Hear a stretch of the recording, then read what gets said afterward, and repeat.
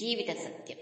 ఒకానొక కోటీశ్వరుడు ప్రతి సంవత్సరం వ్యాపారంలో తనకొచ్చిన లాభాలలో 4వ వంతన్న దాన ధర్మాలకు ఖర్చు చేసేవాడు.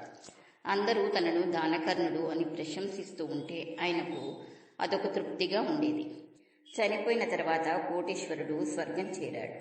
కానీ అక్కడ కొద్ది కాలం మాత్రమే గడిపిన తర్వాత యమదూతలు తనని నరకానికి తీసుకువెళ్లటం అతడికి బాధతో పాటు ఆశ్చర్యాన్ని కలిగించింది.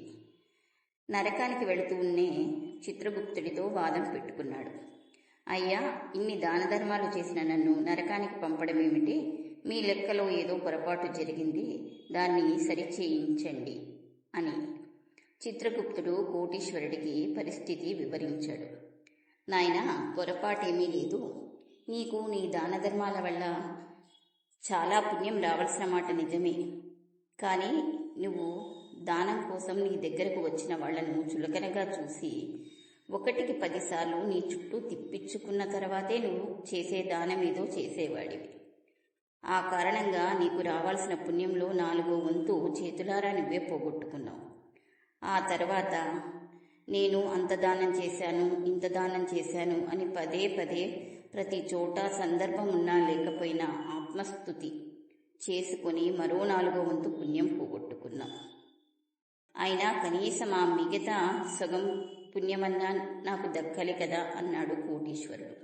దక్కేదే, కానీ దాని దానగ్రహీతల చేత నువ్వు చేయించుకున్న సత్కారాలు, సన్మానాలు వగేరాలకు నీ పేరు ఉండాలని బలవంతం చేసి నువ్వు సంపాదించిన పుణ్యంలో మిగిలిన భాగం కూడా అప్పుడే ఖర్చు చేసేసుకున్నావు. కనుక నీకు రావాల్సిన పుణ్యంలో స్వల్పమైన భాగమే నీ ఖాతాలో చేరింది అన్నాడు చిత్రగుప్తుడు. అదేమిటి, నా డబ్బుతో కట్టించిన ఆశ్రమాలకు నా పేరు పెట్టమంటే తప్ప, నా సొమ్ము దానం చేసినప్పుడు నేను దానం చేశానని చెప్పుకుంటే పాపమా? ఆక్రోశంతో ప్రశ్నించాడు కోటీశ్వరుడు. అక్కడే చాలా మందిలా నువ్వు పొరపడుతున్నావు నాయనా. భూమి మీద నువ్వు జన్మ ఎత్తినప్పుడు నీ దగ్గర నువ్వు తెచ్చుకున్న ద్రవ్యమంటూ 1 పైసా లేదు. నీ జీవితకాలంలో కొన్ని కోట్ల రూపాయలు నీ చేతికి వచ్చాయి.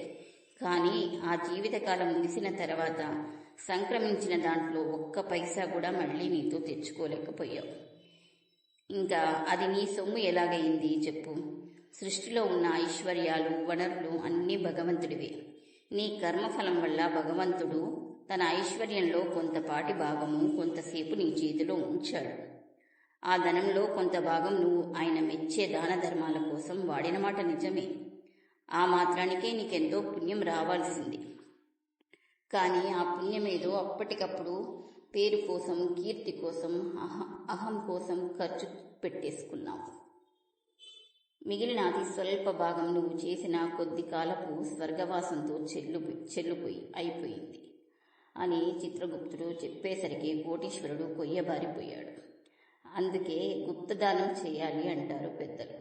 అరుణాచల శివ.